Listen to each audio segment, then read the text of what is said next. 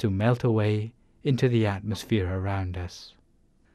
Sometimes we may like to imagine a bright object there, such as a bright sphere or a bright Buddha image in a center.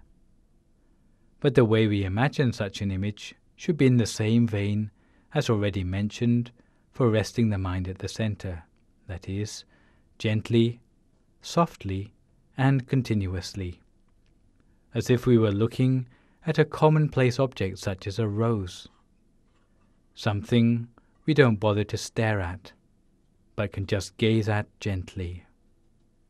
In fact, it doesn't have to be a rose. It can be any object which we are used to thinking of. Whatever we choose, we should imagine it continuously, in a light and easy way. If we reach the perfect equilibrium in our meditation, we will have a sensation of lightness and expansion at the center of our body. We'll find that the inner experience expands outwards. This is the right way of doing things. However, if we have the feeling in our meditation that something is blunt or stressed or narrow or forced, then we shouldn't force ourselves to go further with meditation that feels like that. Better that you open your eyes, then close them to start again. We have to go at our meditation gently, lightly, and patiently, with our mind at a standstill at the center, in a subtle and gentle way, with our mind bright and clear at the center. In the beginning, you may not see very much, but it doesn't matter, because if our mind is simply at a standstill at the center, before long we will have the feeling of lightness and expansion, bringing us a feeling of contentment in our meditation. We'll feel that we'd like to stay with this feeling for a long time. We won't have any feeling of boredom with our practice. If you find that this is how your meditation is going, then there's no need to change your methodology. Because the stopping of the mind is the secret of success. The great abbot of Wat Phak Nam, Prat Mongkon Thepmuni, maintained that this stopping of the mind will lead us to progress from the beginning stages of meditation up to the attainment of arahantship. There's no need to analyze or have a mental commentary on your meditation. Don't try to make meditation happen, but allow it to happen by itself. Allow your mind to become peaceful of its own accord. Don't try staring at the center of your body, and don't try using your eyes to see the object of meditation. There's no need to analyze or reflect on what you're doing. Just simply maintain your mind at the center, gentle and in comfort at your center. And if you like, you may repeat the sound of the mantra to yourself. Samma Arahang, Samma Arahang, Samma Arahang. You can repeat the mantra or not, as you wish. If you find repeating it helps you, it means that you can keep on repeating it over and over again to yourself until your mind comes to a standstill at the center.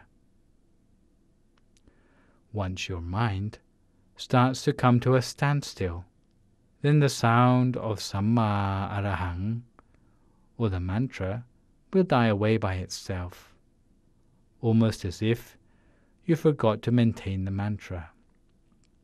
But if your mind is not still and wanders to other matters, then you will need to keep up the mantra. But if your mind is no longer wandering and there are no more thoughts arising, you can let the mantra die away. You don't need to maintain the mantra anymore. Continue merely by maintaining your mind gently and in stillness at your center. Eventually, spontaneous brightness will arise by itself, continuously at the center of the body, as soon as your mind overcomes the 5 hindrances. As for those who have seen brightness at their center, to the point that it remains in the mind, even though we might lie down to go to sleep at night, sometimes it feels that it will remain bright all night long, bringing us a feeling that we hardly need to sleep anymore. Some people worry about this, thinking that if they miss out on their sleep because of the inner brightness, before long, especially in the morning when they get up and have to go to work, they will be worried they have not had enough rest. Because conventionally speaking, we are told we need 6 or 8 hours of sleep per night. And so, when we have brightness inside, keeping us awake at night, sometimes we are afraid we have not had enough sleep and will look pale and washed out in the morning, lack confidence in decision-making at work. But you shouldn't go thinking like that. Conventional knowledge only works for conventional people. It is only recommended that we need 6 or 8 hours of sleep at night because most people don't sleep very deeply. They spend all night turning over in their sleep, waking and going back to sleep again, and their mind is not really resting when they are asleep.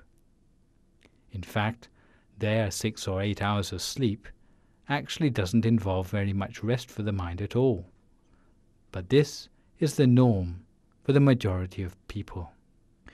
But for us, who know the secret of meditation, the case is different, because the nervous system and the mind is already rested by the fact that meditation has relaxed us at a much deeper level. Through our meditation, we feel refreshed, and sometimes, even though we meditate, we may fall asleep for an hour or 2 in a night. In fact, that is ample for the mind that is subtle. We will wake up without feeling need for additional rest. So we have to let go of our preconceived ideas about our sleep needs. There's no need to worry about so-called conventional wisdom.